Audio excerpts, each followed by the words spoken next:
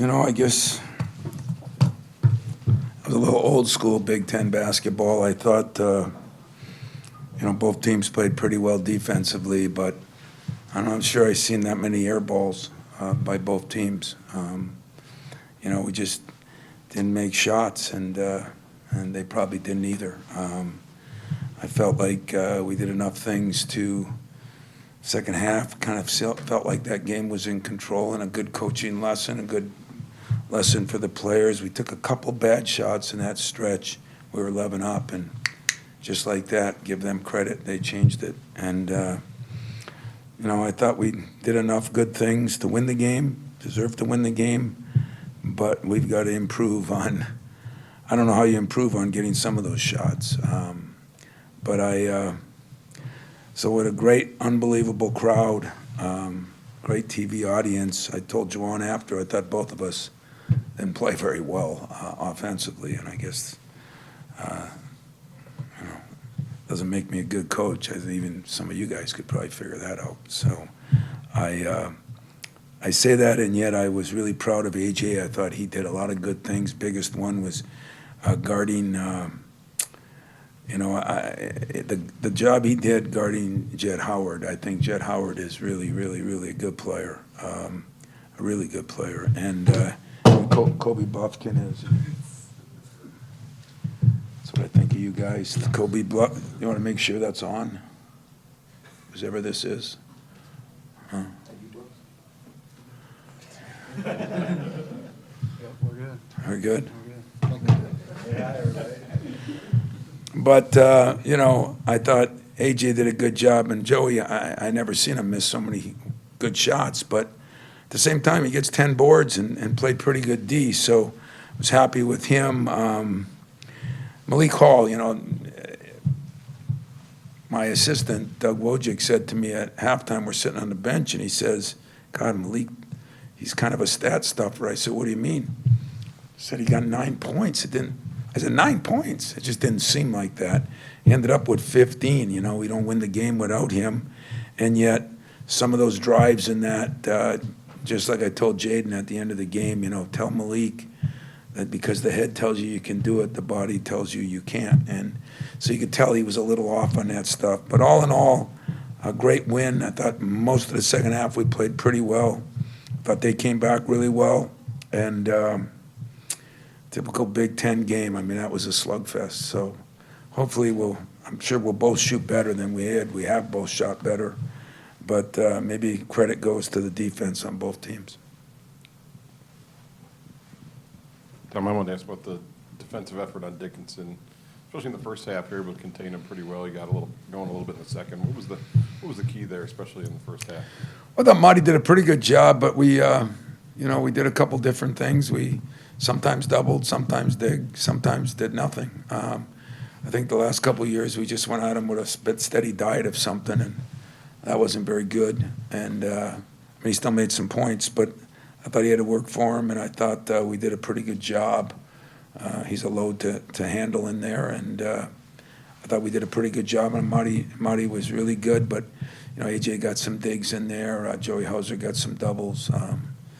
And when they threw out of the doubles, they missed a couple of good shots too. But so that let us keep doing it. But I think mixing it up maybe was the key to at least somewhat.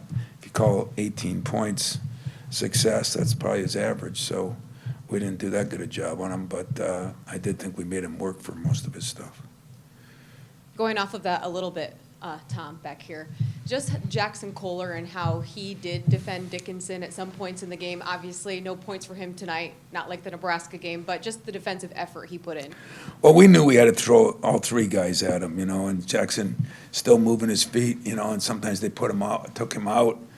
And when they put Reed in, he's a little better athletically and going to the hole, and Jackson struggled with that. But I thought in general, Jackson did a good job, and I thought Cooper did a pretty good job. We're just going to have to keep getting better there. We're not great there. We know that. We keep getting better. The shame of the thing is that the first couple plays of the game, Marty had dunks and layups, and, he's got to learn to just lay it up, not bring the ball behind his head. But, boy, we ran some things that we thought, and A.J. did an unbelievable job, we got exactly what we wanted, and we didn't finish. So at halftime, we just said, boy, a couple of layups and one or two of the threes, but they maybe felt the same way. Tom, you've talked a lot about the maturation process of AJ, but the decisions with the ball and the things that he's done, I think he hasn't had more than 2 turnovers in a game in over a month. I guess, how much of that's focus, or what maybe has changed with him in following through on the process? I really think it's a little bit of trust, I had Mateen sitting next to me, and every once in a while I said something to him. I just think that there comes a point in time in everybody's life when you got to figure it out. And, we had some head-knocking sessions, which I've had with a lot of players even better than AJ. And I just said, you got to trust us. You got to trust us, and I think he's played a lot more under control. And, like he took one bad shot, I'll tell you that right now, and it really caused the run for them. And I told him that. And yet it's hard to tell him that because he just hit 2. But it was the timing of it. It was early in the shot clock. Nobody was ready for it, Those are things I said you just got to learn. I don't care if you take the shot, but it's got to be within the confines of what we're doing. And so, he's been, you can see it. You saw the body language at the beginning of the year. You saw it last year because it was loud and clear every day. And you don't see any of that.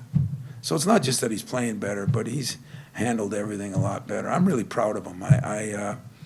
Sometimes you get to that point, is it going to change or not, And exactly what you said, he's not turning the ball over, he's making good decisions, he's running the team,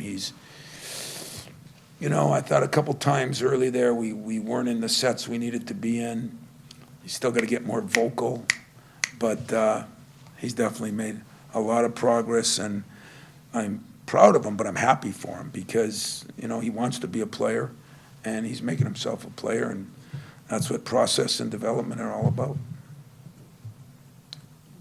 Tom, you mentioned Malik in this box score, but all the stuff that's not in the box score that you were missing there for a month, what does he do, I guess, communication-wise, direction-wise, that you need in a game like this?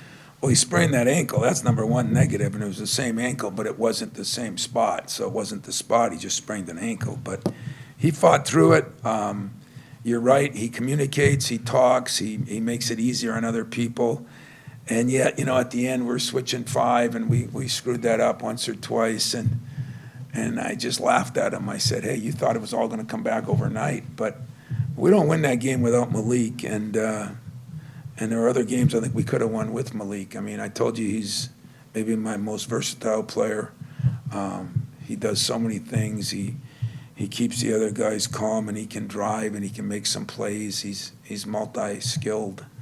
And as that comes back now in the next 2 weeks, I think that'll be really important for us. Coach, can you talk about the energy the fans give you here at the Breslin, especially in a rivalry game like today? Yeah. Our fans were absolutely great. Our marketing people did a great job with the towels. Everything was there. Our alums back, looking over and seeing Pep there. I wish I could have thrown him in, but it was it's one of those memory-making days, and that's what I tell players. You're going to come back here in 5 years, and it's the memories that you have. It's not the wins over certain games. There's certain games that mean more than others. Certain games that last in your memory bank, and it's always got to be your rival, and but then when the crowd's like it is, they're going to be talking, I'm sitting there, Matt, this is the next to me with his kids, and Mateen with his kid. Those are things that you get to pass on, little highlight film we had before the game, and Steve Smith was involved in that. I think what his son's sitting there watching. That's the greatest part of the job for me now. There's nothing better than that. That's the most important part of the job, is the players before, the players that come back, and the players that hopefully, we're having our players all go up there to make sure that they talk to some of those guys, because those guys will tell them. And it's just been so absent the last 4 years have gone for a variety of reasons. And I think that's what I enjoy. I'm going to enjoy tonight. Now I got to start working because I don't know if KP's here, but the schedule we got here in the next, these 9-10 days is off the charts, and we're going to have to get right back to work in the morning, but not tonight. Tom, you got those shots you wanted at the rim early, but you had 5 turnovers in the first 4.5 minutes. And then the second half, you didn't get a free throw till the last minute. Why was it so hard to get to the line? Well, I think the turnovers, we fumbled balls, I mean, we fumbled balls in those layups and that was 2 or 3 of them. Getting to the line is not what we're good at. And we're not good at it because we don't throw it inside consistently and have him make moves, Now we got to drive the ball a little bit more. That'll be one thing that we'll continue to work on, and we got to get Jaden doing it. And AJ is very good at it, but I think Malik is going to get to the line. He gets there 4 times tonight. I think Malik Hall's the guy that can get to the line more. I thought Joey, it was a tough game to officiate, tough game to coach, tough game to watch. Beautiful game to win. Tom, I did talk with Mateen and Matt briefly after the game. Mateen said the best thing is you can't yell at them anymore. But you do talk to those guys a little, don't you? Oh, sure. Yeah. Mateen misses me. He really does. I mean, would you rather your coach or your wife yelling at you? Who would you rather? It's pretty simple to me. But, like I said, those guys built it. Gregory Kelser came back, Steve Smith. I mean, we got some 90-year-old guy came back. I can't wait to meet them all. It's been a void, We haven't been able to do much in the last couple of years because of COVID and all the things. So this is important, and it'll be some of the things I want to talk to those guys about. We just got to keep building this thing back up now. And I'll guarantee you, Mateen will be getting after a few people too. I mean, he threw his hands up a couple times, wondering what the hell's going on too. And I said, it's not as good a seat as you thought, is it? Because now you got a coach. But I love those guys. I really do. Tom, given the tenor of the rivalry coming out of the football season, how important do you think it was to play a tough physical game, but also one that was relatively civil? Yeah. I told Mel that game was for him because, our defense won the game, and it's important to him. And, in all the years I've been here, you guys are almost comical. You know how many times you ask me if you dislike Michigan? I mean, any of you guys in here have former girlfriends? Does your wife like them? Do any of you girls have former boyfriends? Do your husbands like them? I mean, what the hell you think you're supposed to do? You're not allowed to like the people that are taking your lunch. So, I've always said this. After my 3rd year, I respect them, and that's what I told my players we're going to do. We're going to respect them. I don't know how the fans were. I pleaded with them because I want them to cheer for us and nothing else. I'm sure some got out of hand, but I thought in general, there was a few chances I wanted to lead on the reps a few times, but I didn't do it, and I don't know if our fans did, but I thought in general, I respect them. I have a couple of really good friends on that staff and that assistants, but that's all. That's all. We'll be meeting up again in a month or 2, and it'll be fun down there. Got a couple more, Chris, and then Rico. Tyson's game today, there was a lot of fearlessness in there. And I wonder if you can kind of break down that one-on-one with Dickinson in particular, where he attacked him and went with the scoop. That's a very, very good question because I don't think Tyson's been as aggressive as we wanted him. Last couple games he's starting to become more aggressive. He missed some shots that I think, that went at the free throw line. But he was more aggressive. He did make a couple of those great, the left-handed plays. They were big-time plays and over big-time bodies. So I think Ty is starting to get more and more comfortable. He guards well. He had 14 points. We got to get him to the line. We got to get him a few rebounds. We got to get him to the line a little bit more. But I was pleased with him. If you look at our turnovers, even, he had 2 But, Marty had 3 fumbling the ball, and Malik had 3 trying to do a little too much. I think for the most part, Tyson hasn't been doing enough.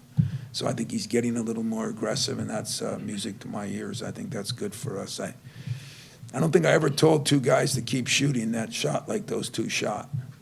But I said, hey, just keep shooting. And if my old players would have heard that, they'd have been really mad, because I probably told them, don't ever shoot it again, But I felt comfortable in the shots they got and the way they took them. We just didn't make them. And, everybody's right. There was good defense both ways. Body of work plays into that, though, too, for both of those. The body of work that they've hit that shot. Yeah, he's very good at the left-handed one, and the one when he gets in there and found ways to get him up. AJ did that once too. I mean, we're not real big. A lot of teams are bigger than us, especially at the guards. Nebraska was huge at the guards compared to us. But Jaden, I think, is still going to come. We got to get him more involved a little bit now. That'll be the next bit of work we do. But I'm not going to change anything with Joey and Tyson, because they've been shooting the daylights out of it even in practice. Tom, you said that your free throw shooting not the greatest, but what does it say about your team in the final 30 seconds? In a one-on-one type of format, they stepped up to the line and hit 6 or 7. Really Proud of Malik. I mean, he hasn't played much, and he had to go there and do that. And I think our free throw shooting has been, if I said that not very good, it's been good. We're just not getting there. I mean, we were up to 78%. We were leading the league, but we had the least amount of attempts. And, some of that's going to be by nature without a true post player that we're going to. But boy, Marty, I think if he could have finished a couple of those, maybe he gets 8 shots and he hits 4 or 5 of them, that would have been a hell of a night. So we got work to do. I mean, we got a lot of work to do, but I think you can see too that we're running stuff a little better, a little smoother. We're doing some things a little better. Our defense has gotten better, and if you look, since Jaden has come back, it's gotten better, and with Malik, it's gotten better. And I think that those 2, we got ways to go yet. We don't have a ceiling, so that's the encouraging part. But all in all, I'm happy with the win. It might not seem like I'm as happy because, I want everything for our former players. I want it for our fans. I think that place could have blown the roof off if we ever could have made it 3 in a row. I don't know if anybody ever made 3 in a row. I guess they'd made 2 in a row at the end. We just didn't do it. But there's nothing like not shooting well and still finding a way to win. But you can't live on that. But that's a good start. And Michigan, Williams maybe didn't make the shots he's been making, and Baker I thought had some good looks. But Bluffkin and Howard are 2 very, very, very good players, and they're going to get better and better, and Dickinson and does what he does. So I think both of us will get better, and should be a good game later, but we got a lot of games in between. So, one final one. No, I'm good. You were talking about AJ's body language earlier, and the context of the air balls from the corner from 2 of your best shooters, maybe being a little bit amped up. Do you feel like his body language helped calm y'all down to some degree? I do. Presence. And I was really proud of Joey, because usually Joey missed 2. I mean, he shot 2 air balls, and Tyson shot 1. I mean, they missed it by 3 feet. Now, I had to tell him in the huddle that I could at least hit the rim. I did tell him that now. But I think a year ago, that would have put him in the deep freeze, because then he went down, and who was it? Made a great move on him, and Shedder, and and he didn't cover him. I mean, so there was a series there. But didn't hang his head, didn't get down, took a little encouragement in the huddle, and went out and played. And that means we're getting growth on those guys, and it's kind of been a fun team to coach as far as the personalities and the people. We just got to get a little better with our offense, and we will get better. So I appreciate it. I hope you all have a good night, and both teams will start getting a little better offensively. Let's hope.